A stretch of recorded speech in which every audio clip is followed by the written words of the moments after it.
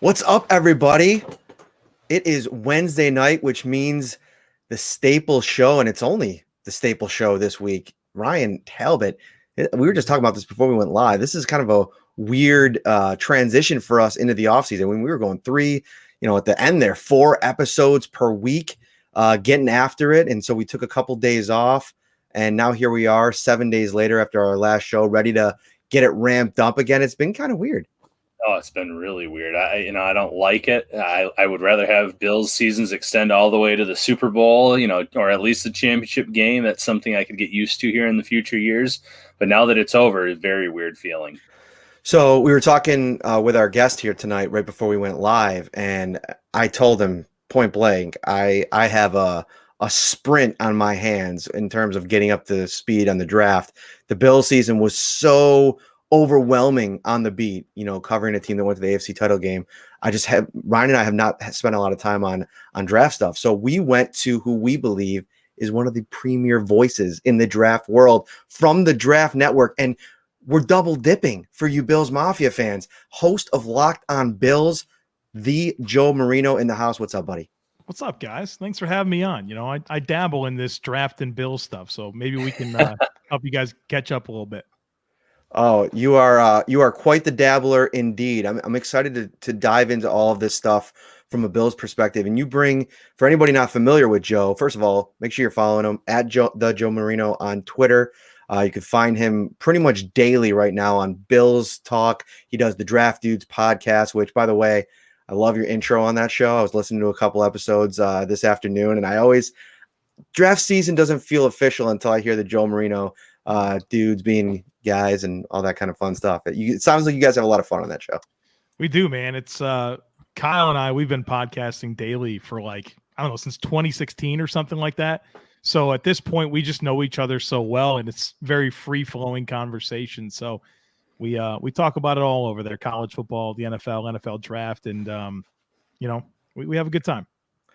So this is the Shout Buffalo Football Podcast. If you're new, thank you for giving us a shot here. We're brought to you by Tops Friendly Markets, your neighborhood store with more. If you're watching on YouTube, even better. We're really trying to grow our YouTube channel. We love the YouTube interaction. The comment section since we started the podcast has always been so awesome. So if you are here on YouTube, hit that subscribe button, like this video, hit the bell, all those fun little things that we have to get in. But I want to start here tonight, Ryan, with establishing a little base before we get too much into the draft stuff with Joe, because as everybody should know, Joe dropped draft 5.1, I believe, 2 iterations, 2 rounds this week. So you could dive into that. We'll put a link in the description on all the shows. And we're going to dive heavily into that, but I want to establish kind of the first, 3 big needs of this team position wise. Ryan, why don't you start us off? What do you think? Hey, I'm going to go with edge rusher. I think edge rusher needs to be a high priority. I know that they try to address the defensive line, especially the edge, going out and getting Mario Addison, drafting AJ Epinesa. They still have Jerry Hughes, but I feel like the Bills are lacking that true pass rusher that can be a game in, game out game changer. And I get that those types of players are very difficult to find. You're usually drafting very high. As you can see, the Washington football team last year with a guy like Chase Young, as we saw with the Cleveland Browns years ago with Myles Garrett. So easier said than done, but I just feel like Buffalo needs that.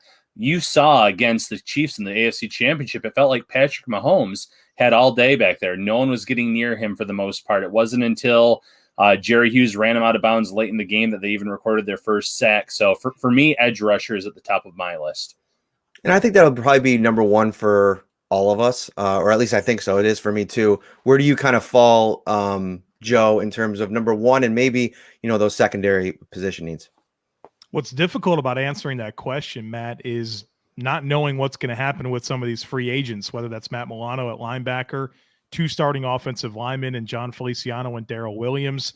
And you start there before you even start thinking about, well, how do you get better, right? Before you just kind of do your best to maintain status quo. And obviously the cap's going to be quite restricted this year for Brandon Beane. And, they're picking 30th in the draft. So they don't necessarily have those premium resources to really take swings and really improve the football team. So to me, it's figuring out what you're going to do with those key free agents, how you're going to pay them. And that may come as a result of letting players go, whether that's John Brown. Well, you let John Brown go. Now you got a big need at wide receiver too.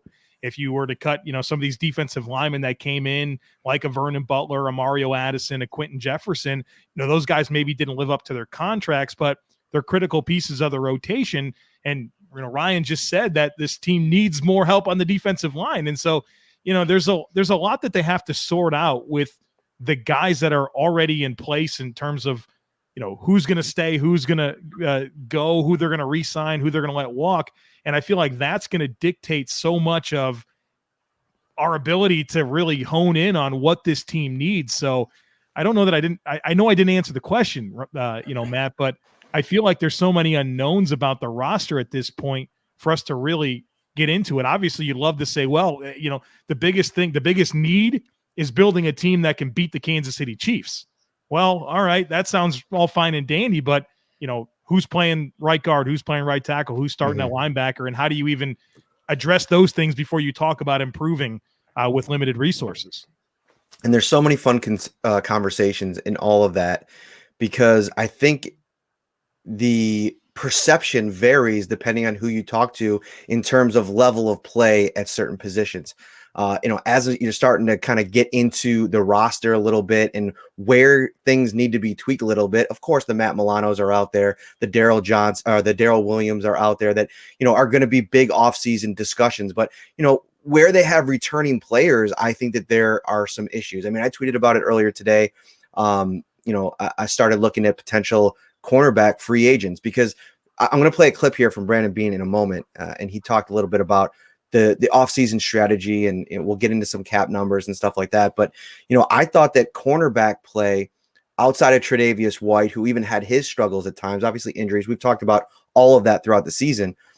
I think they really need to upgrade that cornerback 2 spot. And we could talk about what options there are in the draft. But I think that in terms of the market, free agency, at least looking at the, initial projections and some of the market value numbers that are out there, you can maybe upgrade at that cornerback 2 spot.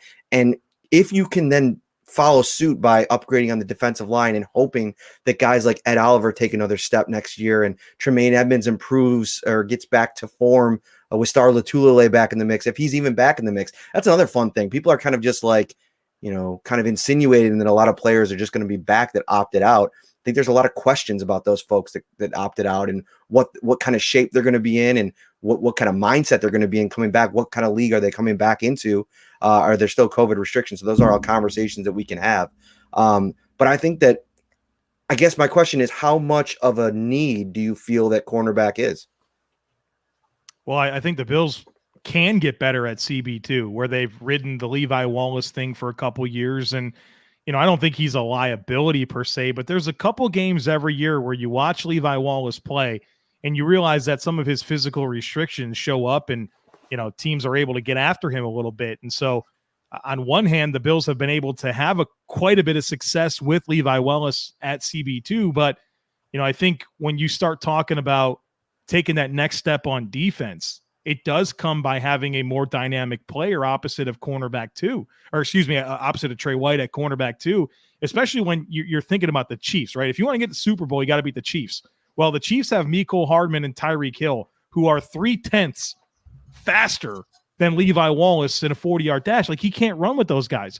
And because he can't run with those guys, you can't play man coverage. You have to play zone. And if you play zone, you just invite Patrick Mahomes to pick you apart. So I do think there's a lot of merit to what you said there, Matt, about just players on the team getting better. And that might be the way that the team actually improves, more so than different names coming in and representing upgrades. It's players that they have getting better. And I remember when Marv Levy was the GM of the Bills, and he kind of talked about this, and he was asked about different moves that he could make. And he said, sometimes you just get better by the players on your roster improving. And he mentioned Brad Butler and talked about how Brad Butler was going to take a step forward and fill one of those starting roles on the offensive line. And he did, right? I know he wound up having a pretty quick career. He retired, pursued politics or whatever he did. But, the team got better at offensive line because Brad Butler was able to improve his game and fill a role. And when you look at the Ed Olivers of the world and the AJ Epenesas, maybe a Cody Ford, Dawson Knox, Dane Jackson, Tremaine Edmonds. Like, this is how the Bills are going to get better because, again, like, I'm not trying to like cast a wet blanket over everyone's great ideas to bring in talent, but the Bills are at the cap right now. And have you seen the list of free agents? It's pretty long. And those guys there's a lot of meaningful players. It's not just Feliciano, Williams, and Milano. I mean, we're talking Isaiah McKenzie and Andre Roberts, and they do have to figure something out with Levi Wallace and Tyler Croft. And are they going to cut Lee Smith? Are they going to cut these other players and create holes? So as much as we can talk about options to get better, we're talking about pick 30 in the draft and a very limited amount of cap space to really be aggressive in free agency. Let me play a quick Brandon Beane clip from last week, and we can also have a little bit more conversation on some of the options, the maneuverability that he has in terms of these free agents. I mean, we got to continue. We're going to have to draft well. That's first off, because the salary cap and this is not going to be a free agency that we can be as aggressive. You know, we've been aggressive with that because we build up the resources, and you can only have so many drafts. You know, at the end of the day, we still want to draft, develop, and sign our own. And we're getting to that point where now we don't have to go out and add pieces from free agency. We got to see how many of the guys that we can retain. We'll fill in here and there some holes, but I would not anticipate any blockbuster moves of, Steph Diggs type or some of the moves we made the year before in free agency. It's really going to be plugging some holes depending on who we lose. And then the onus is on us to really have a strong draft. And that's why we brought this man in tonight, because we're going to talk about that draft and how they can fill some of those holes. But, just to give you an idea of where things sit, I mean, I started kind of doing some early projections, and I put up a story on the site just now. I listened to Mike Gannetti from Spot Track. He was on WGR this week. Great interview by Jeremy and Howard. And he talked about Josh Allen's looming extension. And so you start to look at some of the cap figures and look at some of the contracts, and, there's some savings to be had. I mean, you look at Mitch Morse, almost 5 million savings, Mario Addison, 6 million, John Brown, 8 million, Jerry Hughes, almost 7 million. I don't think he's a cut candidate, but maybe a restructure in there. Quentin Jefferson, 6.5, Vernon Butler, 6.5, Lee Smith, 2.5. And obviously Lee Smith talking maybe even contemplating retirement. I saw something out there today about that. So there's plenty of things to move around with this cap, but as projected right now, they're about 6 million over the cap. So even with all those kind of gymnastics, you're probably only looking at, maybe 20 million if you can do the right kind of work to play with. And that's just not a lot of money to make a big impact in free agency, especially.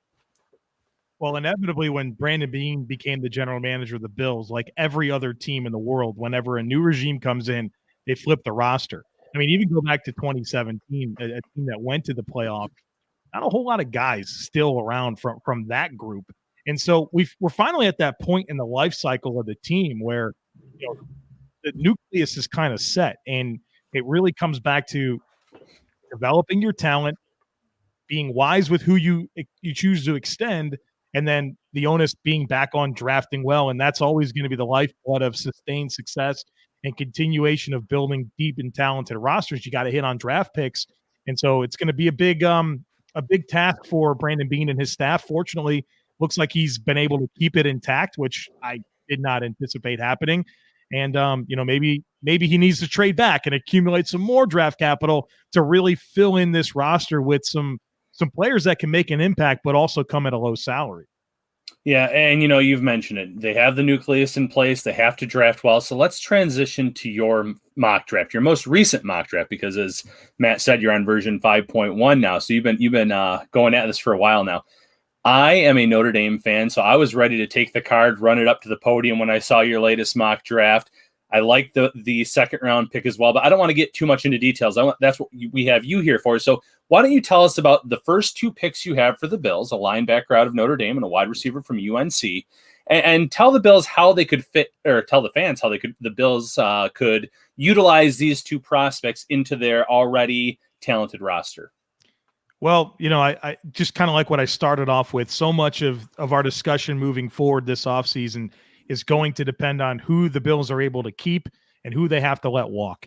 And when I listened to Brandon Beane talk about Matt Milano and free agency and that's coming up for him, he said two things that really stuck out in my mind. He said, number one, Matt Milano's got to figure out how to be available for 16 games.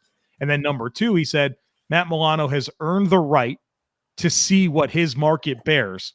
Well, he said the same thing about Jordan Phillips, right? It was like, all right, I got it. He's not going to be back. Now, I'm not saying that's for sure. I'm just telling you my feel on the way he talked about the situation. It didn't give me any type of affirmation that, yeah, they're going to do everything they can to get Matt Milano back. Well, Matt Milano walks, you got a big need at linebacker.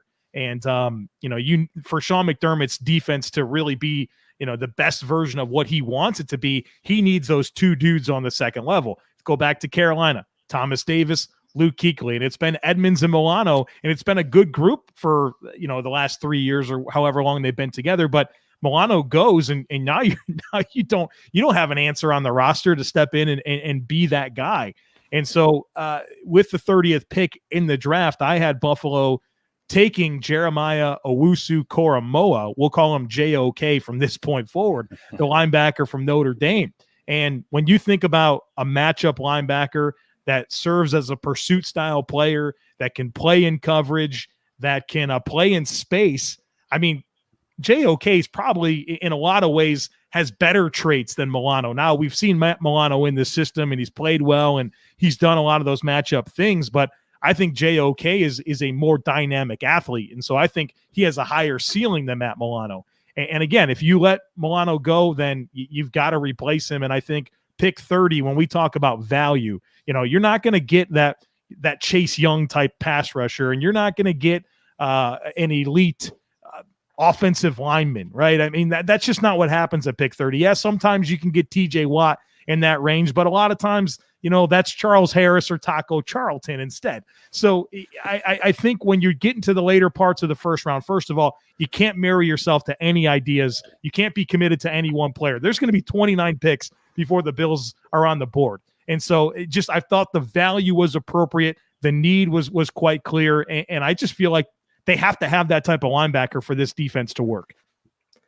And so, again, with obviously a lack of real knowledge on a lot of these prospects, and that I'm looking forward to the next 3 months of really diving into that. And one of the kind of bummers of this season is because of COVID and also the fact that the Bills were still in the playoffs right before it happened. We didn't go down to the Senior Bowl, so we're going to talk a little bit about some takeaways and maybe some winners from there for Bills fans to kind of get on their radar. But one question I had just looking at this mock draft here is, depending on what happens with the Bills, John Feliciano is obviously a free agent. Cody Ford is expected to be back and healthy next year and probably plugged in at one of those guard spots. We know the Bills like Ike Bucker. And to your earlier point, I mean, I would expect a jump from Bucker from this year to next year. I mean, he's somebody that played pretty well, I thought, in his first real opportunity to start. With that experience, I expect him to kind of hit the ground running in the offseason. We had Jeremiah Searles on last week, and he loves Ike Bucker. He thinks he's got a bright future, can kind of play all three interior positions. But you had a dude here, Vera Tucker, 2 picks down, that I've read a little bit about the last couple of days. You decided not to go with him at that spot. Any particular reason? Is it somebody that you maybe valued a little bit lower? And is it somebody where if Milano does resign, does that is he somebody that could be in the mix there for you? Well, my line of thinking with the Bills selection here was that I didn't think Milano was going to be back, and I thought Brandon Beane would focus his efforts on making sure he's got that offensive line right for Josh Allen. I feel like ever since 2018, Brandon Beane has been real serious about offensive line. I think he's even said it, that he didn't do a good enough job in 2018 in that department. And then look at the last 2 years and the amount of depth and rosterable players he's brought in to play offensive line. So I just didn't have the feeling, based on what I've learned about Brandon Beane over the last 3 years, that he was going to go into this thing and say, hey, at pick 30, I got to find a starting offensive lineman, especially when this is a Josh Allen driven football team. I just feel like that priority is going to be there in free agency. I think they'll probably want to bring back Darrell Williams. And then, I mean, Matt, I mean, and Ryan, you guys heard Bean talk about Cody Ford. Like he's raving about the guy, talked about how he's one of the most talented offensive linemen that they have, and that he'd be surprised if he wasn't one of the starting five. So regardless of what we think we've seen from Ford on the field, and maybe there should be some questions about, how much he can be relied upon and where he's at in his development, it sure sounded like Bean thought that was one of his starters for next year. And you mentioned Ike Bacher. So if you bring back Darrell Williams, Ford's one of your guards, Bacher's one of your guards, you still got Morse and Dawkins. I mean, you're in pretty good shape. And, they still have Ryan Bates as a reserve, and he's done a good job of finding players to round out the depth. And I think he'll continue to do that. Elijah Vera Tucker from USC would be a great first-round pick of the Bills. I think he'd be more of a guard. And I think he's more of a technician. And something about the way we watched this Bills offensive line last year, just not necessarily getting that dynamic push in the run game. I'm not sure that they'd want a positional type blocker like a Vera Tucker. They're going to want that guy with an edge and a guy that brings some attitude and that get after people in the run game type mentality. And so I just didn't know that was the type of fit based on, coupled with everything I just said, to not go with the linebacker in this spot. Joe, you mentioned that late in the first round, the edge prospects are like the Taco Charltons, the Charles Harrises. Are there any prospects in that second half of the first round that would be worth trading up for if you were Brandon Beane to address that position? Because in your most recent mock draft, you did have two players go in that 20 to 29 range. So anyone that you would see, okay, well, if he's still on the board at 20, 22, I could see Brendan Beane calling up and trying to get this guy. I don't know why my mind goes to the Marcus Davenport trade that the Saints pulled off, and they moved from like 28 to I think like 14 or something like that. They wound up trading their first round pick the next year to go get this guy, and Davenport's been the third best pass rusher on their team ever since. Mm-hmm. I mean, Trey Hendricks was a better player over the last 2 years than Davenport, and I don't think he's provided that impact. And Saints fans gave me, all the meanest things you can say in the world about me at the time because I was very critical. But now it's time to spike the football because I was right about that. and I don't know, I don't know that the Bills should be thinking about trading up. I have 18. I'm looking at the Draft Network's our consensus rankings. We have 18 edge rushers ranked between 15 and 105 on our overall board. There's so much depth to that position group. So I just don't know that. Unless like a Kwity Paye from Michigan somehow slides or Gregory Rousseau takes a dip down the board, if it's not a talent like that, I just don't know that there's that much of a differentiation between edge 3 and edge 15 in this year's class. Great stuff there. We'll get into the second round in a moment. Went with a receiver. I'm interested to hear your thoughts on that. Quick word from our sponsor before we do. Ready for football? Tops is with ready-to-serve fan favorites everyone will cheer for. Delicious family or party packs like pizza, sliders, fried chicken, barbecue, or beef on whack. Starting at only $4 per serving. Perfect for game day and any day. Only at Tops. So yeah, we talked. We had last week. We had Mike Giardi from NFL Network on, and one of the first names out of his mouth, and I think one of the first names out of most people's mouths talking about off-season decision making for this Bills team is John Brown, and that's a lot of money that you can save and apply to some other positions and maybe some greater positions of need, based on his production in another injury kind of riddled year. And I think you're. Another side conversation of that is you're about to get a whole heck of a lot younger next year at the position anyway. You figure Isaiah Hodgins is a guy that they're going to want to give a larger platform to. You mentioned Isaiah McKenzie. You expect him to be back in the mix and maybe his role continue to grow. I mean, I'm still surprised that we didn't see a little bit more of McKenzie in the playoffs after his dynamic performance against the Dolphins. And I think Gabriel Davis, he's just kind of scratching the surface of what he can be. And I think he's going to come in a completely different animal. And maybe you hand the reins to him a little bit in that wide receiver 2 role. And oh, by the way, you still got Diggs and Cole Beasley. Yeah, I've evolved in my stance on John Brown because when I was asked about this on the Locked On Bills, I really pushed hard back against it. And I said, look, I think John Brown means a lot to the football team. And if they let him go, they're going to need a wide receiver too, because I don't know that Gabriel Davis is ready to be that next year. I think he's got a lot of room to grow in terms of just developing his route tree. And I think he was in a lot of ways really satisfied with his rookie season, but I think he benefited from the scheme quite a bit and some of the attention that some of the other weapons took. And some of his best moments just came in backyard plays from Josh Allen. And that's a testament to what he can do, right? I mean, Gabriel Davis, the best things about him were his size and ball skills down the field. And we saw him make plays in that regard. But I'm not, Davis isn't the type of guy that's going to shake a guy at the line of scrimmage and uncover quickly and create after the catch. Like there's parts of his game that are missing. And so you take this back to John Brown. And here's what gives me a little bit more confidence in it being the right move to move on from John Brown. The Bills' offense was amazing this year. 501 points. They were second in the NFL in yards, second in the NFL in scoring. Well, John Brown played, less than half the plays and caught 33 passes. I mean, he wasn't a big part of the offensive success this year. And so when you consider the holes that are potentially coming here and the need for cap space, and that you could clear out, around $8 million or something like that if you were to move on from John Brown, you start to think, well, yeah, maybe that's just what they need to do.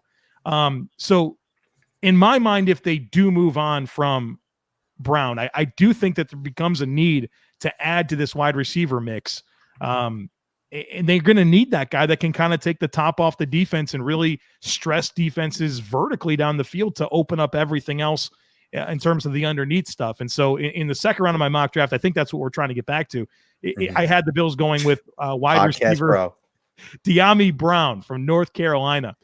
This is a player that really grew on me. I went into the season thinking that Daz Newsome was the better wide receiver at North Carolina. And then I just thought Brown took a major step forward in 2020, especially in terms of what he can do down the field and creating vertical separation. And when you can win vertically, it creates so many other opportunities for you because you can snap off those routes and really leave guys in the dust and break them off on hard horizontal breaks and set up your post routes and just do a lot. And I think he's got good ability after the catch. I love what he does in the middle of the field. He's a fearless guy. And so when I think about his opportunity to come in and make an impact for the Bills because of the type of receiver he is, if the Bills move on from John Brown, I think he's a slam dunk fit. My comp for him is Mike Wallace. And think about good Mike Wallace, not like end of the year where he was end of his career where he was overpaid, but I think like prime Mike Wallace, like the Steelers Mike Wallace is the type of ceiling that De'Ami Brown has. And I think that's pretty appealing to add to the offense if they do have to move on from John Brown. Now you keep John Brown. I'm not even thinking about a wide receiver in the second round. Yeah, no, that's more than fair. And I liked what you said about Brown just there. Now we've mentioned multiple times, Brendan Bean says, I have to draft really well. Yeah. He has to draft well every year. I mean, that's just part of being an NFL GM. So let's talk a little bit about this year's class. We've talked a little bit about Gabriel Davis. What did you think of Buffalo's rookie class this year, starting from A.J. Epinesa going all the way to Dane Jackson? I think they got more production than I was anticipating, to be honest with you.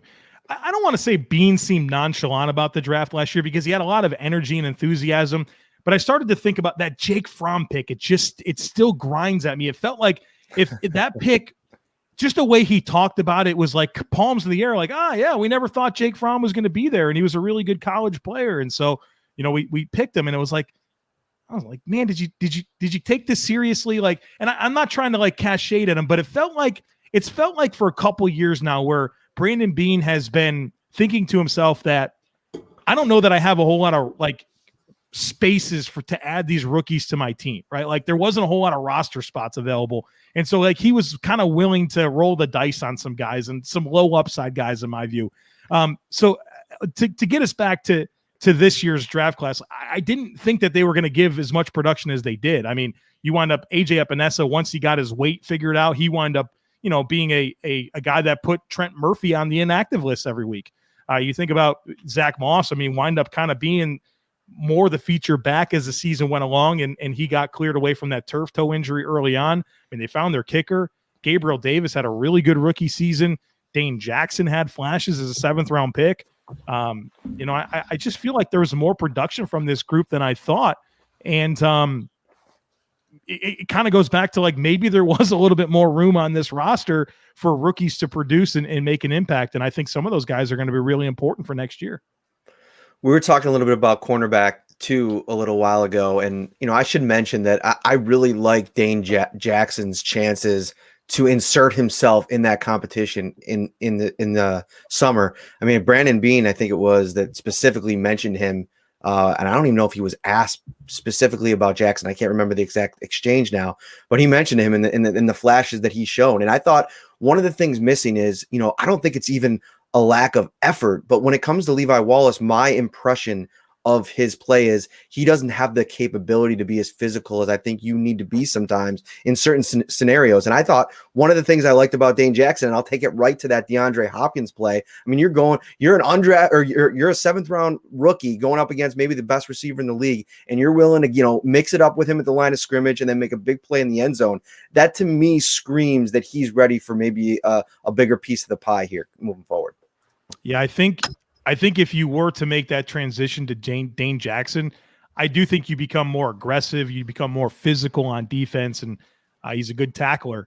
I don't know that you get more athletic. That's kind of the downside of Dane Jackson, and you just wish he had more juice, right? More athleticism, more quickness, more twitch, more speed. He's a slightly better athlete than Levi Wallace, but he's still not a guy that's going to be able to turn and run in man coverage if you want to run more man coverage. So I love the way he competes, and I do think that he should be in the mix for that CB2 spot.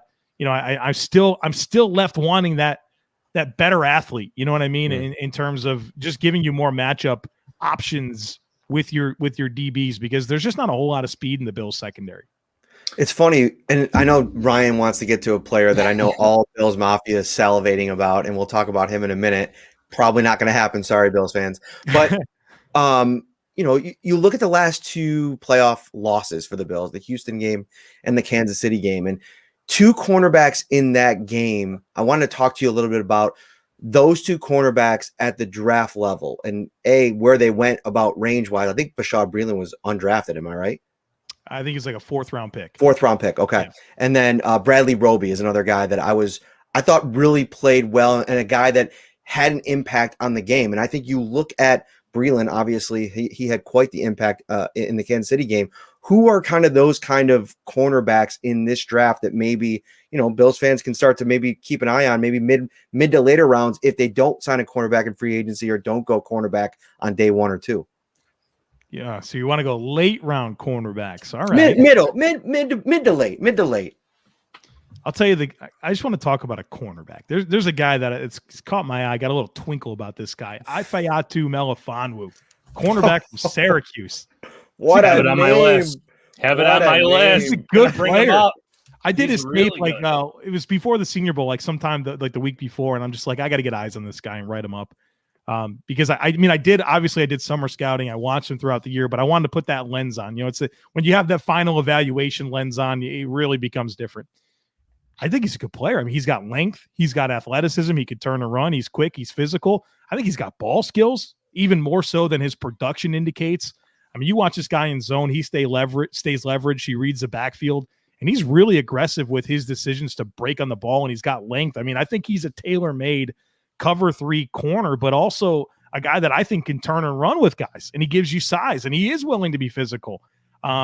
He may wind up being a guy that we say, I don't think he gets to, what do the Bills pick, 60 or something, 61, something in that range.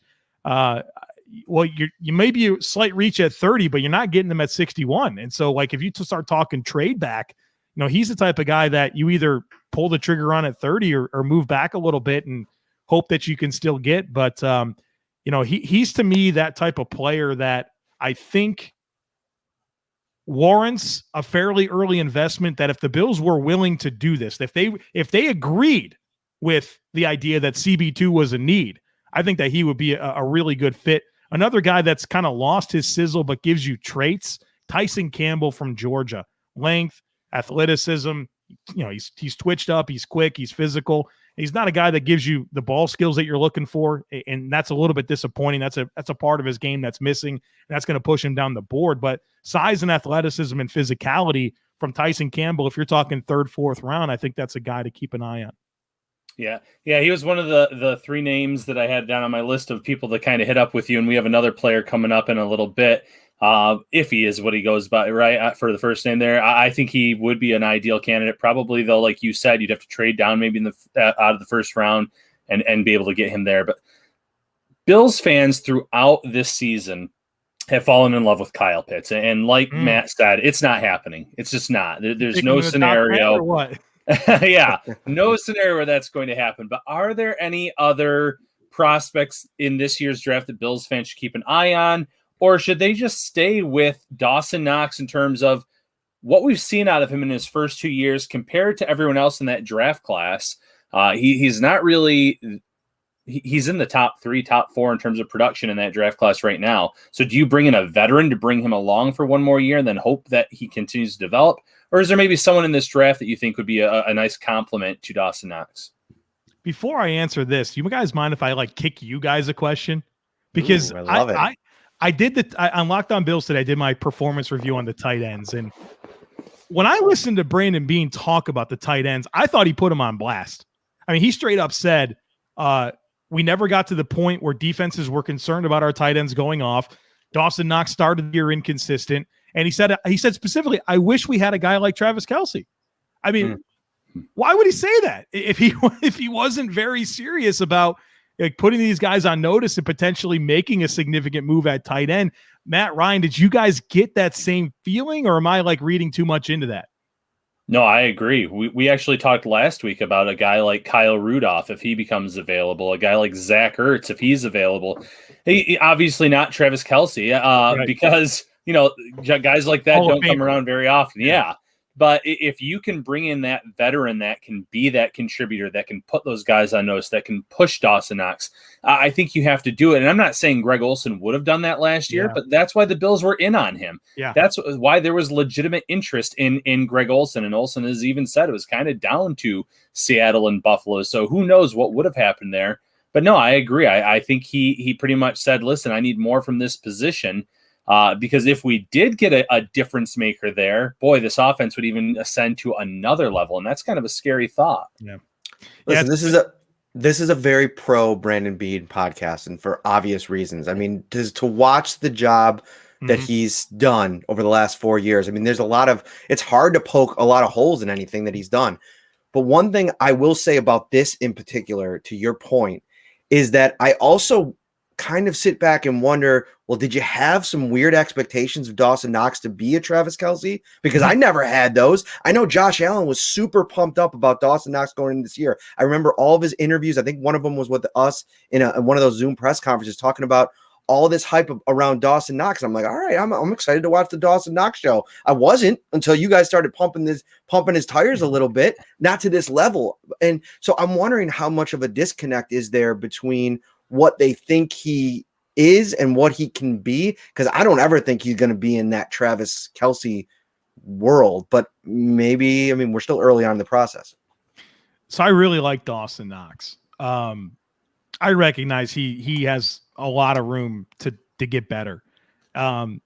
This is not a hot take. It's going to sound like a hot take, but it's really not. Now, Dawson Knox is one of the most athletic tight ends in the NFL. I mean, physically gifted, he's cream of the crop. There aren't guys with his size, his athleticism, his explosiveness. He's 90th percentile in terms of athleticism testing and size. He was a high school quarterback. He went to Ole Miss. He transitioned from quarterback to tight end, and he's in this offense, this Phil Longo offense that doesn't even care about tight ends. And they've got DK Metcalf, A.J. Brown, Elijah Moore, Van Jefferson, DeMarcus Lodge. I mean, they're not throwing the ball to Dawson Knox. He didn't even catch a touchdown. So he enters the NFL with 1,100 snaps in his life at tight end. And guys that play tight end their whole life have a hard time coming in and making an impact in the NFL at tight end. Much less a guy that played quarterback in high school and played in a system that, was really just kindergarten for tight ends. So now he's going to the NFL. He winds up being the Bills' starter as a rookie after missing a month of training camp in preseason, right, with that hamstring injury. Drops galore as a rookie, blocked pretty good, showed some flashes. This year, he comes in, expecting him to get better. He winds up actually reducing his drop rate pretty significantly. And over the last 9 games, I mean, he caught like 29 passes and 5 touchdowns, including the playoffs. After his first 6 games, he had 8 catches for 109 yards and no touchdowns. So once he got past COVID and the concussion and the calf, he wound up being a pretty good player for the Bills. Now I understand there's still some inconsistency there. He had a couple fumbles this year. He still had some drops that for routine catches that he should have made, and then he'll make some dazzling catch along the sideline and he reels you back in. Like, I get it. He's inconsistent, but I'm in love with the ceiling. I think he's got a really high ceiling because of his physical traits to develop into a meaningful player. Now that's going to have to happen. And I want to go back to one more guy. Let's talk about Logan Thomas, right? Logan Thomas was the quarterback at Virginia Tech. He goes to Arizona, he goes to Buffalo, he goes to Detroit, not really doing much, right, in terms of production. Look at this guy this past year with Washington. He was really good. He had big-time numbers. He's like 6 years finally into playing tight end.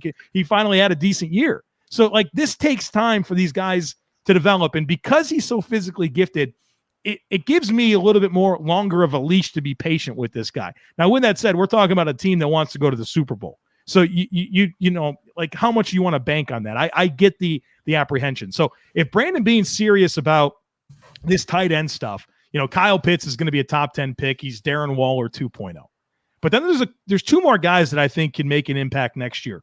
One of them's Pat Freiermuth from Penn State. I think he's kind of an all-around guy. I don't think he's a plus blocker, but in terms of being physical, being able to stress the middle of the field, work the seam, be that reliable guy that's going to, be that real, like you call him, a security blanket for the quarterback. I think Pat Freiermuth can be that. Now, if you're looking for an F tight end, a guy that's going to move around the formation, play some H-back, flexed out in the slot, a lot like what the Bills do with tight ends, Brevin Jordan from Miami. Again, he's not a traditional inline guy. But if you want that versatile guy with athleticism that can really present a mismatch in terms of, size and athleticism down the field, but good after the catch, that's the guy. That's the guy, Brevin Jordan. I don't know if you take him at 30, and he's kind of like one of those guys that you love to take, in the 40 to 55 range. So the Bills are kind of in no man's land, I think, for appropriate value. But if you think you got to get that X factor, that dynamic difference maker that presents another layer that makes defenses a little concerned about what you have at tight end, I think it's got to be Pitts, Freiermuth, or Jordan if you're looking for something to help you next year.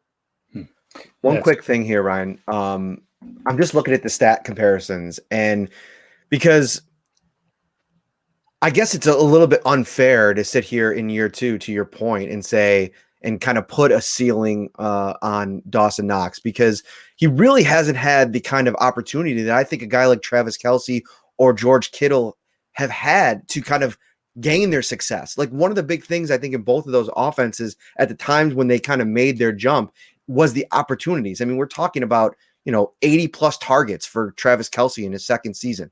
Dawson Knox has about 80 in his first 2 years targets. So I think that as he kind of becomes more reliable, and not only reliable in catching the ball, but reliable as in staying healthy, that target share is going to start to rise. And if they don't bring back John Brown, and they have some issues with, finding another weapon, if you will, he can maybe be that guy with a greater volume of looks. And I think, to your point, listen, you kind of reeled me back in a little bit on the Dawson Knox hype with your monologue there. That was some pretty good stuff.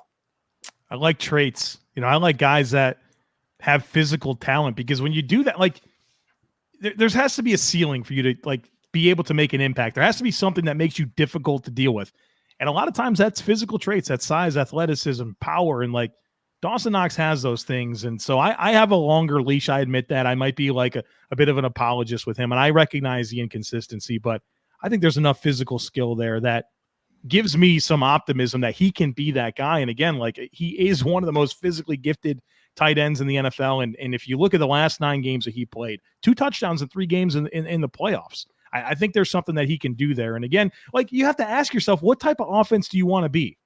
The Bills had 501 points and had the 30th, like the second least amount of catches from tight ends last year. Like, they're not a tight end centric offense. Just like with the running game, like, all right, well, we wish the running game was better and the Bills offense would be better if they ran the ball more effectively.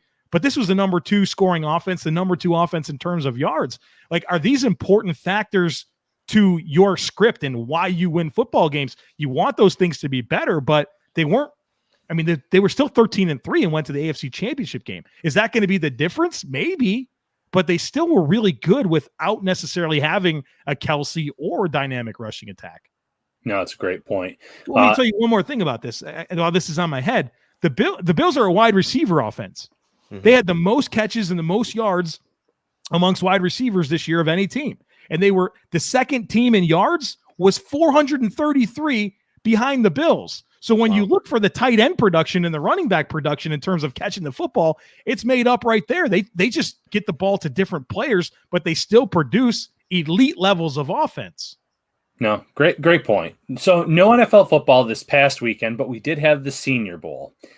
Were there any risers this week that you think really made some money for themselves first and foremost? And then second, who are maybe 2 or 3 players that you said, boy, these guys would be a good fit in Buffalo? I think the guys that were risers were the players that didn't have a chance to play in 2020, right?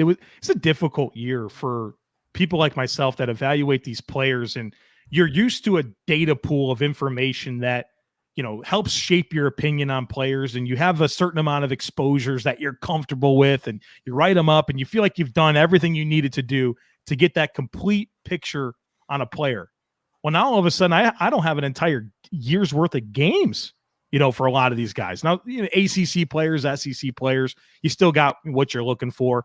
But, Big Ten guys, Pac-12 guys only played like some of them 3-4 games. The smaller school guys, their seasons are wiped out. So for guys, the smaller school guys, you think about Dave Moore from Grambling, Quinn Mainers, guard from Wisconsin Whitewater, Dylan Radunes, offensive tackle from North Dakota State, Spencer Brown, offensive lineman from Northern Illinois, or is it Northern Iowa? Northern Iowa. These types of players that were on the radar, didn't have a season, but had a chance to go and compete and give us another exposure to help really just broaden that sample size of information that we need to know these players like we want to. Those were the guys that really benefited. I want to give you some credit here because one of the early videos that I did when I first got this gig first season, you came on and, on the old YouTube channel, and, we started just getting after it and talking prospects. And one of the guys that you were really high on, and I always tell people that, when you're looking for draft guys, always go to Joe Marino because he was on the money with DK Metcalf when everybody was jumping off that ship as it trended towards the draft. And I felt like you kind of stayed on it, and you stayed that belief in what his abilities in terms of translating to the next level.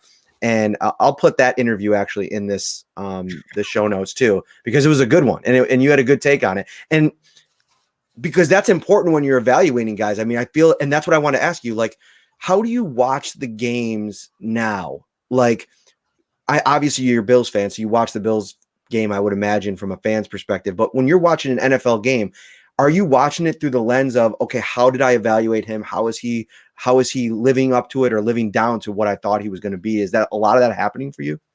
Yeah, I think you have to. I don't think if all you ever do is evaluate college players and they go to the NFL and you don't really keep up with it, then how do you know it works? How do you know why you're right about a player or why you missed on a player? And so a big part of what we do and what I make part of my personal process is to watch a ton of NFL tape and reconcile what I said about players and figure out what I got right and what I got wrong. And then watching good football players and realizing what it takes to win in the NFL, like what techniques and what skill do you need to make that impact? And so I think you have to do that or else you're never going to learn anything. And man, like this work it's an inexact science. And so you want to learn as much as you can to give yourself a chance at being right more often than you're wrong. So yeah, a big part of what I do is definitely watching NFL players through that lens of, all right, why are they good? What makes them good? And it makes me, I think, a better evaluator, and it helps me improve in that really important part of what I do. That's awesome. So I told you I had a little list with a few names on it, and another name that I really liked, and I hope I don't butcher it. I feel like there's a lot of players this year in this draft where I'm like, oh boy, I hope if they land on the Bills, I'm going to need like a pronunciation guide immediately. Hamza Nasrildeen. I don't know if I said that last name right or not. He seems like that big nickel candidate. Last year, all the talk leading up to the draft was Buffalo loves Kyle Duggar. Buffalo loves Kyle Duggar. And then Duggar went early, so we'll never actually know how they truly felt about him one way or the other. But they promoted a coach internally to be the big nickel coach. I feel like it's something they want to utilize more. They want to have that guy that can erase the tight end position. What can you tell us about this prospect, and would he be a good fit in Buffalo? Yeah, that's the guy. If you want the Buffalo nickel, if you want that positionless sub-package defender, Hamza Nasr-Eldin from Florida State, that's the dude. He's a guy that benefited a ton from the Senior Bowl because he had an ACL tear in November of 2019. It took him a long time to get back. I mean, he only played like a game and a half or 2 games late in the year at Florida State. And so, we're kind of left wondering, like, is he okay? Like, is he going to be all right? And he goes to Senior Bowl, and at least in the practice tape that I watched, I thought he held his own and really did a good job of matching up with tight ends. And so you look at him as that tight end eraser, but also a guy that I think can play against some of the bigger slots, man coverage, but also, in the NFL where so much is based on pace and space, you need guys like this that, if you want to go small, you can still have a guy that can come in and play downhill and tackle right against the run or, whatever type of quick game that you're presented with. So I think it would help the Bills become more diverse in what they do schematically on defense.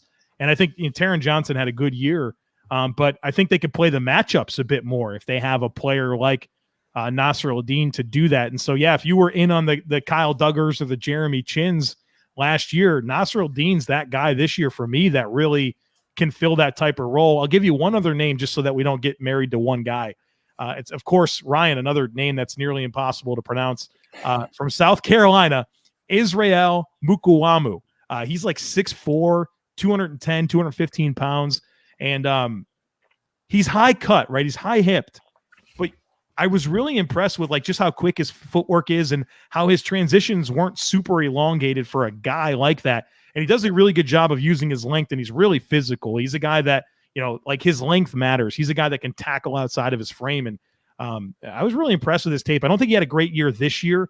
He had some injury stuff that he was dealing with. But if you go back to 2018 and 2019, which that's another part of my process that is so critical, summer scouting, because if all you watch is 2020, you're sometimes not seeing guys at their best. And for Mukuamu, if you want to watch 2020 tape, go ahead and do it. But you're going to see the best version of him in 2019 and 2018.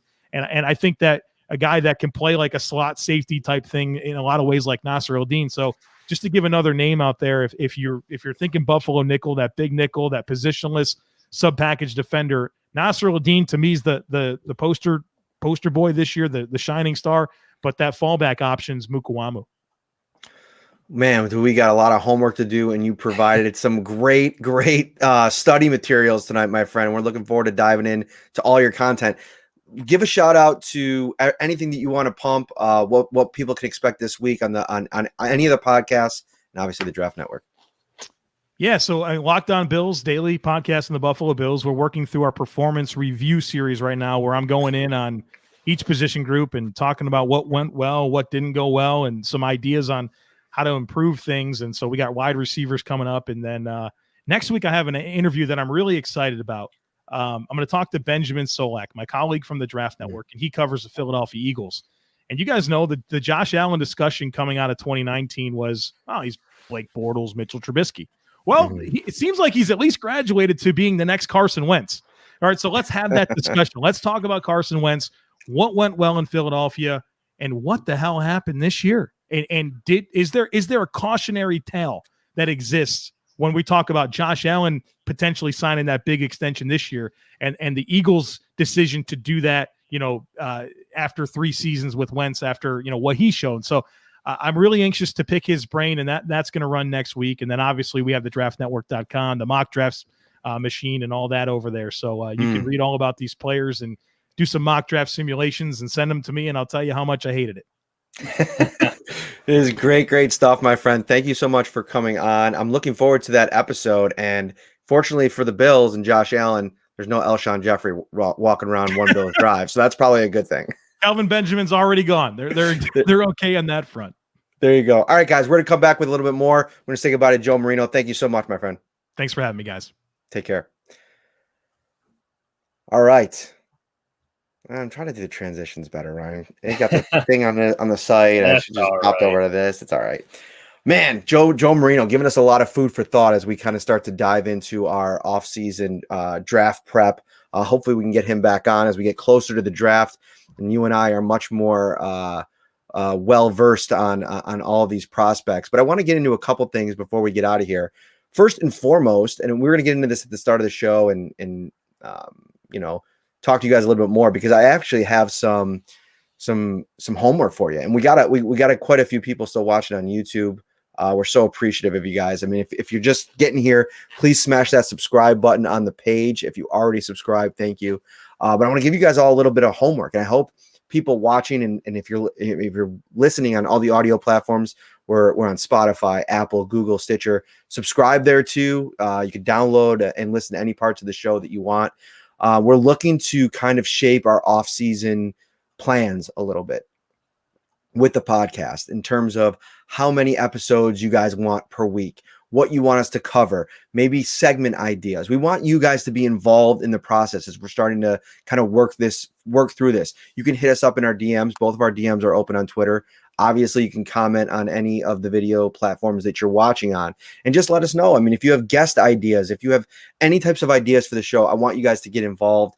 And what a great week and time as we get ready to watch the Super Bowl. I know it's kind of a bummer for Bills fans who were hoping the Bills would obviously be playing in the game, but it should be a fun game. And as we start to kind of move into that next portion of the offseason and really prep for free agency, that's going to be funny to talk about, right? I mean, Brandon Beane kind of gave the inclination that he was hoping, that they'd get an idea of what the salary cap was going to be in the next couple of weeks. And then I believe I read something where somebody from the Chiefs organization talked about, they might not know until, closer to the draft what the salary cap is actually going to officially land on. And then it gets you thinking, well, how are they going to do free agency without like a cap number? And, it really goes to show you what these general managers and front office folks are really dealing with right now as they try to shape their rosters. Yeah, it's going to be a difficult process this year. And I know we talked about Brendan Beane and how he's come right out and said, don't expect any blockbusters. The one thing I will say is there's about I feel like it's about half the league is already at that cap, the 175 range. There's going to be a lot of talented players that are going to get let go if they can't restructure their deals, if they can't come to those terms. So you might be able to fill some holes with some bargain guys, some guys that you wouldn't usually be able to get at a certain price point for maybe it's just 1 year because of the cap space. And those players can then reestablish their value, prove that they're worth a bigger deal when the cap starts going up. So it's going to be really interesting though, because that's the counterpoint to, hey, we're not going to make any blockbuster moves, but at the same time, don't be shocked if there's some premier players that land on the market, and not only land on the market, have to agree to a contract that maybe is a lot less than what you would expect in a given year. One of those players I think is really interesting, and I don't think is a trade candidate just because of that $17.5 million price tag that he has on his contract right now. But JJ Watt is most likely going to be cut, and I don't think any team is going to trade for him. Why would you? Because that the Houston Texans are probably gonna have to move on from him, especially if they end up trading Deshaun Watson. It's gonna be a complete teardown. And who knows? I mean, that whole situation out there, is just a mess. And I think that JJ Watt on the free agent market becomes, especially in this climate, in this environment with all of these dollars that are gonna be tough to come by, he becomes a real viable option. And you look about some of the things that he's looking for in a franchise, and I think that it'd be really easy for him to look at the success the Bills had, wanting to maybe take a run at a playoff run. I think that he will become your number one best pass rusher, even at the advanced stage in his career. And obviously the production isn't the same that it was even 2 or 3 years ago, but he's somebody that I think completely changes the game for this defensive line. Boy, oh boy. I put something up there on the site a few days ago, and I still haven't heard the end of the comments especially on Facebook. A lot of people commenting that. It was just kind of a breakdown. And you're right. If he gets released, it's a completely different ballgame than trading for the guy and then restructuring his deal and extending him for a few years. If he's released, there's no dead cap, obviously, for the Texans. So there's their reason for doing it. They're already pressed against the cap. He wants to play for a contender. He's getting up there in age. And like you said, in terms of what he brings to the table, in terms of the type of player he is a great fit for this locker room. He's a great fit on the field for this team. And I know a lot of fans, that was the number one comment I said is, he'll go play with his brothers. Maybe he does want to play with his brothers in Pittsburgh. But I'll say right now, even though the Steelers were the number 3 seed in the AFC this year, the Bills are a lot closer to being a championship team than the Pittsburgh Steelers right now. I think that Ben Roethlisberger does not have anything left in the tank for the most part. I think he'll be back next year. He's already said he'll do whatever he has to contract-wise. He wants to play one more year. If J.J. Watt is fine just playing with his brothers and he doesn't want to win a championship before the end of his career, go to Pittsburgh. Go have a great time. If you want to try to win a championship, though, in the AFC, if you want to stay in this conference, the Chiefs and the Bills right now are your top two teams, in my opinion. And I know we covered the Bills. There's no bias here, though. You look at that roster, and they have so many important pieces and spots with young talent, and then they have veterans mixed in as well. I truly think that the Bills would be on the table for his consideration if that is the case. I think edge is something that they have to really be aggressive with. And, I think that they have a lot of talent on the interior, even if you move on from both Vernon Butler and Quentin Jefferson. I think that Quentin Jefferson, was a little bit disappointing. Who knows? Maybe they have belief in him to come in next year if he's still on the roster and contribute a little bit more. I was really disappointed in Vernon Butler. The continuity there with Eric Washington, I thought was going to play out a little bit more consistently. And I think by the end of the season, really the only two guys you could count on were Harrison Phillips and Ed Oliver on the interior, in that playoff run. And, I think those two guys in place is kind of the nucleus. And then you add probably Star Lotulelei into the mix. You kind of build from there, but I think they need to add on the edge. I think even with AJ Epinesa, even if you're able to maybe restructure Jerry Hughes, he's on the hook for $9.5 million. And, I know that he's a huge locker room guy and coming off a really great season. And that's another conversation we can have. The pressure rate is good. He wins a lot. He forces attention, gets double teams. But if you look at the statistics on that defensive line, your leading sack getters this year, 5 apiece for Mario Addison and AJ Klein. That's just not good enough. You have to be aggressive. And I'd almost argue that as important as Matt Milano is to this defense, and I know he does a lot of things, AJ Klein was pretty good once he got comfortable. And if you were to say maybe not spend that $14 million, and we're just dipping our toes in the water of free agency, but you go put on the tape of last year and watch some of Hassan Reddick from Arizona, kind of a converted linebacker who's now kind of more of a hybrid stand-up edge rusher. He's somebody that you could probably get for a little bit less than Milano's going to get, and he immediately becomes a quarterback nightmare. And that's what they need. They need to add that. If you could find that in the draft, great.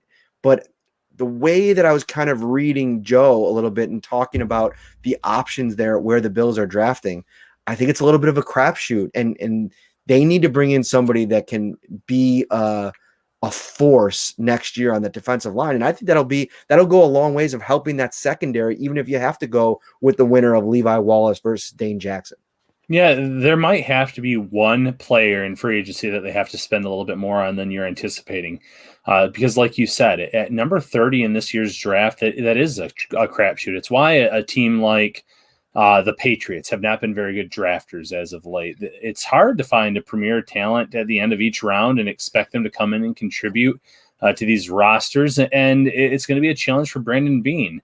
But like you said, right now we don't have any reason to doubt the guy. He's drafted pretty well. He's found some key players, some gems in every draft class to date. So you're hoping you can find some more there. But finding a difference maker at 30 at one of these positions as a rookie, I'm not sure it's going to happen. But over time, I do think this staff can develop these players, bring them along, just like we've seen them do countless times with other players from 2017, Sean McDermott's first year coaching, all the way currently to 2020 after Brendan Beane's had a few drafts here as GM. PJ in the comments, he said he spotted something blue in my room. I don't know what he's talking about. My clock's not blue, and he's usually pretty obsessed with that. Speaking of which, in my room, like we redid the basement, and obviously the studio's down here in the basement.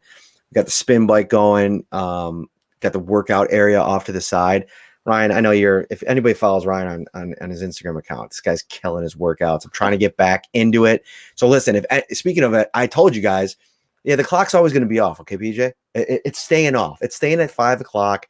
I let 5 o'clock when people get out of work. It's a pretty exciting time. I feel like we're just going to leave it at 5. We're going to leave it off because if I turn it on, it kind of has this neon deal to it. It's just not a good look. And I thought you've already come to grips with this. But I bring up the working out too because that's also what I spent the last week on. We've been talking about it, me and my wife, about, dinner options. We got this, what is that called? The Instant Pot air fryer combo. Yeah. Dude, I've spent the last like 5 days. We've been trying different chicken recipes and different types of recipes, and like they're just not coming out right. Like they're edible, but I feel like I'm not. Do you have this? Do you have an air fryer or? We've had them. I don't use it very often, but I know exactly what you're talking about. I know some people that cook a lot using them, so it's definitely something that's become very popular. Yeah. Okay. So if people are listening, obviously we have a very engaging fan base of the show. We love you guys. Get in my DMs too. Send me along some videos on how to cook chicken in the air fryer, pressure cooker, because it's just not going well, and I'm not a good cook to begin with. But PJ has a good question, a football related question here, and I think we should hit on it. If anybody has questions, we'll be around for a few more minutes. Throw them in here. We'll kind of grab them rapid fire. Should the Bills cut John Brown and draft a new wide receiver? I don't know for me, Ryan, and I'll let you chime in here. I don't know for me if those two things are mutually exclusive. I don't think you need to draft a wide receiver necessarily if you cut Brown. I think that there's options out there. I saw earlier in the chat, Jake Kumaro, and I think it was Mike Giardi who brought up last week. I mean, you bring him in, he's active for a couple games, comes in, makes a big play. I think there's a lot of different ways that the Bills can fill that role of what John Brown was to this offense this year. And I know Stephon Diggs spoke highly of him, and I know he's a big veteran presence in that locker room. But I think what he did and meant to the offense, a down the field burner type of guy, you can find that, with a bunch of players around the league that maybe it didn't work out for. I know a popular name out there is John Ross, a speedster. Kenny Stills was on this practice squad. I think he's another guy that, probably in the mix for next year. I don't think he's going to command huge dollars after basically not playing this year. So, and who knows, maybe he got into the locker room, liked how things were going. We'll see how that transpires, but I don't think that they're necessarily, I think I'm closer to move on from John Brown than I am even trying to restructure him, because I think that $7 million is going to be vital in terms of what they want to do with the offseason. Yeah, and to be a good GM in this league, you need to cut ties with players before it's too late. And I think that's something that Brendan Beane has done really well. He sees the writing on the wall. He says, I'd rather get rid of a guy a year early than a year late.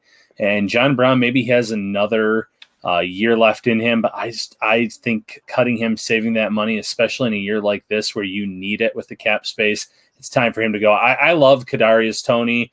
Hopefully I'm saying his first name correctly again. These names in the draft, I have to really study up on them. But he made a lot of money for himself in the Senior Bowl this year. He really jumped up the draft board. I think he's going to go in the 20s, maybe early 20s. So I don't think he'll be there for the Bills in the first round.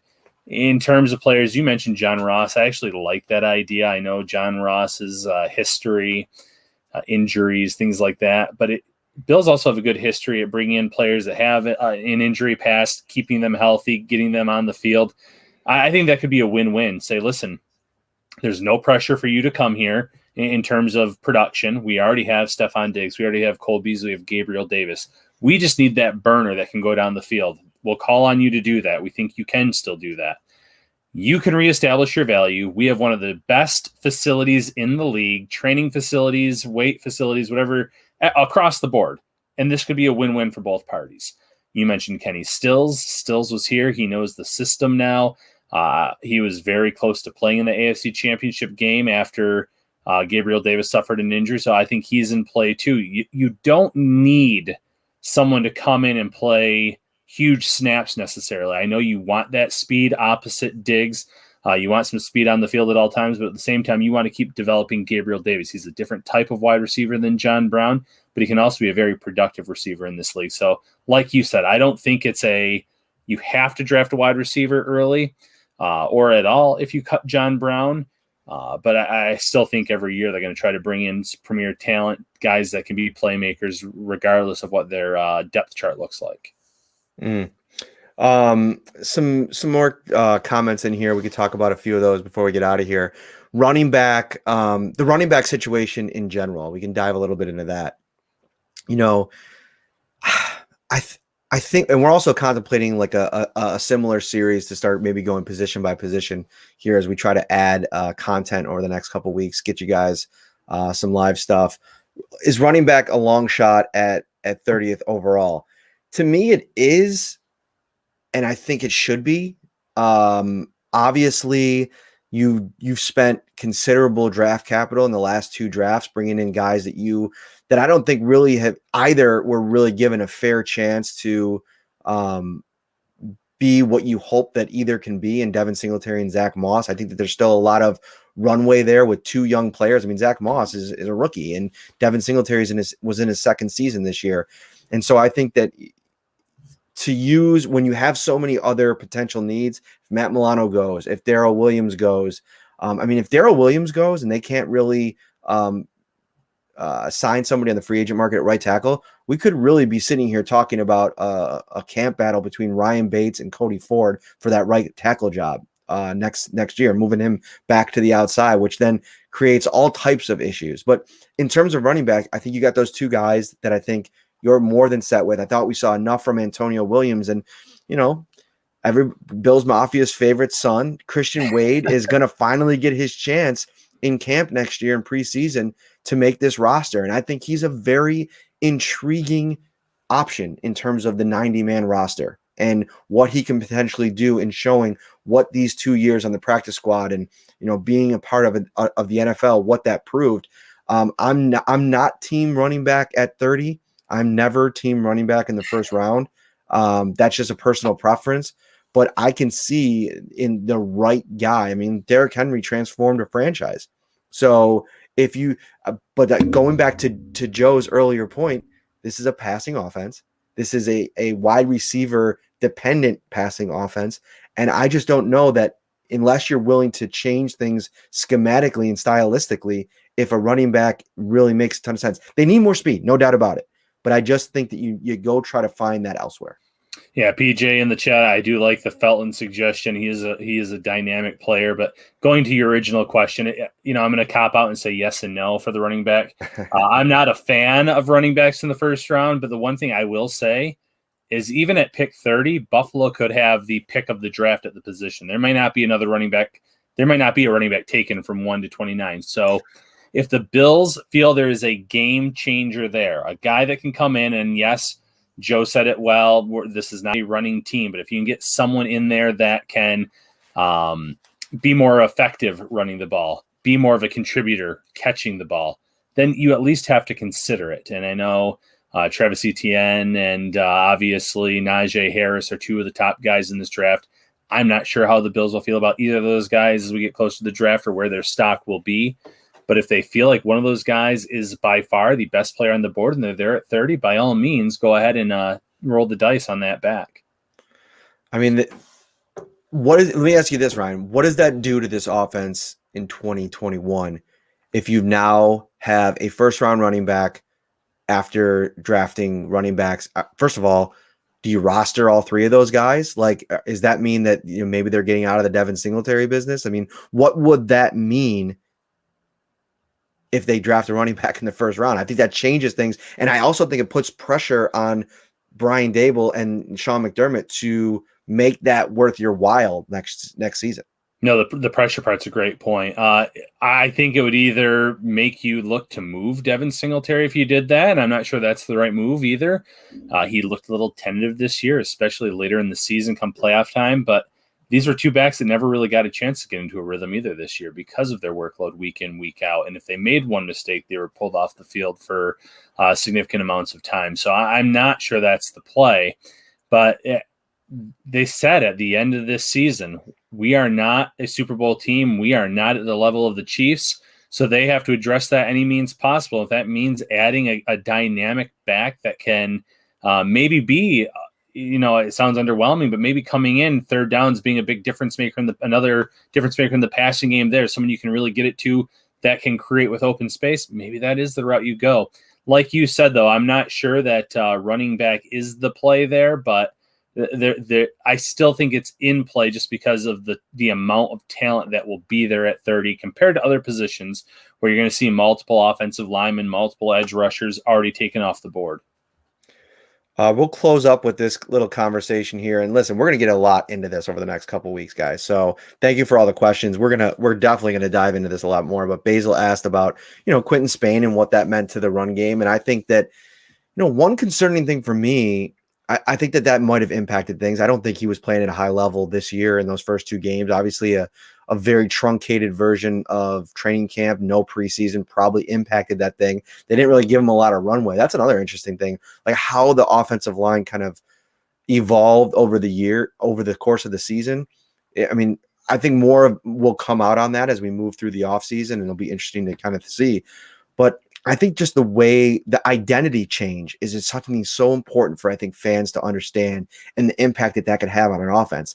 You went from one extreme to the other. I mean, if you go back to when Bobby Johnson was brought in,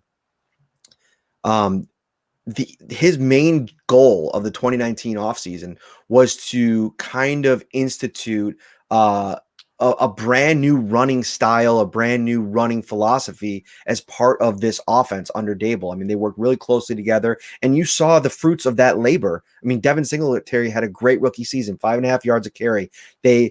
Brandon Beane kind of alluded to it. They were using Mitch Morse differently as a run blocker in 2019 than they did this year. They didn't get him out and pull and do a lot of the outside runs that you saw from a year ago, because this offense spent so much time shifting its identity from the Frank Gore version of this offense to the Josh Allen pass MVP caliber passer offense. And I think in that sense, they were always going to struggle in the run game while they made that tradition.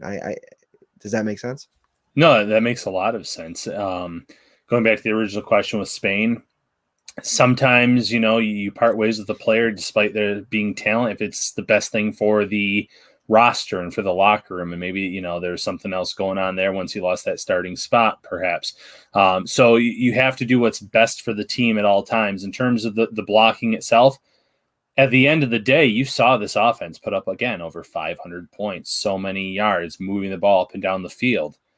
The run game was not effective, but I would take this offense, this much production, week in, week out, anytime over a offense that has a little bit more of a running game, but isn't scoring as many points. So, going now into another year with Bobby Johnson, another year knowing that their main priority is protecting Josh Allen, I still think they can go out there and say, listen, we need some maulers on the interior of that line, especially against Kansas City. You saw Chris Jones pushing through the line. You saw the Bills weren't able to be as physical as those defensive linemen on the Chiefs. So maybe you go out and you add some physical offensive linemen, whether that's in free agency or the draft, and you kind of say, all right, we're still protecting Josh Allen. That's still our number one goal, but we also want to have some nasty players on the inside that aren't afraid to run block. You saw John Feliciano at the end of the season almost cheering every time they ran the ball, clapping, getting fired up.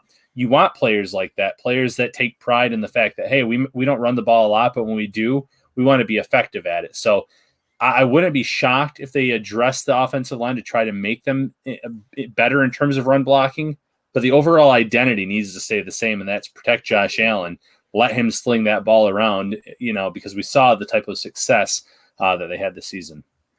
Yeah, and I believe it was Facebook comment, Jacob, thanks for watching.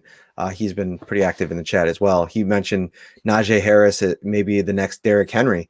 And I think that almost eliminates him from the conversation for the Bills, because Derrick Henry is the focal point of that offense. And you're not going to draft a guy in the first round who really just stylistically can't be the focal point of this offense. I mean, Josh Allen's too good, and he does too many things to take the ball out of his hands the number of times that a Derrick Henry type option, if that is who Najee Harris becomes.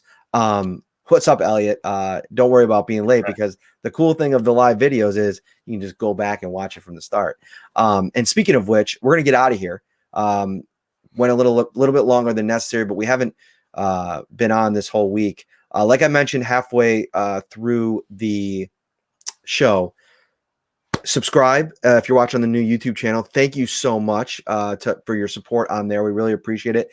hit me up in my DMs. Any ideas you have for the show? Off-season cadence, how many episodes you guys would like. If you want us to break them up a little bit more, maybe not do so many long ones, maybe do a couple more short ones. We'll have some reaction type podcasts throughout the course of this off-season.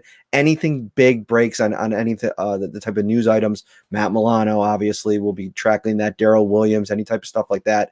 We'll be live for those. But anything you want to see, guests that you want to see. Like, we have a lot of fun ideas for guests. I have a couple already kind of churning requests in and conversations being had. But if you guys have somebody that you'd like to have on the show, hit us up. We're always open to suggestions. Final thought, Ryan Talbot. Yeah, I'm not just saying this because we had him on the show, but go check out the Draft Network where Joe Marino does a lot of his writing. They have a premium subscription. I have one. It is well worth the money. Big boards that you can look at, mock draft machines. There's so much you can do. You can make your own big boards there. You get some special features there as well. So if you are someone that is big into the draft, want to see some players that will fit this Bills offense and defense, go check out that site. Thanks again, everyone, for your support. We couldn't do this without you. So once again, hit that subscribe button, rate, review. Beautiful. We will see you soon. Next week we'll have a post Super Bowl episode on Wednesday. We're still working on that. Definitely check out the Bills flash briefing this Friday, every Friday. That's a cool little feature of the podcast that we do here at Advance as well. If you're not familiar, that's available only audio only. So that's pretty cool. All right. For Ryan Talbot, I am Matt Perino, Syracuse.com, NewYorkUpstate.com. Keep it locked there for all the latest on the Bills, and we will see you next week. Ready for football? With every game a home game, Tops is ready for you with its TV a Day giveaway. For 6 weeks, every day you shop is a new chance to win a massive 70-inch 4K TV. Shop Tops for the best deals in town, in-store, or online to win.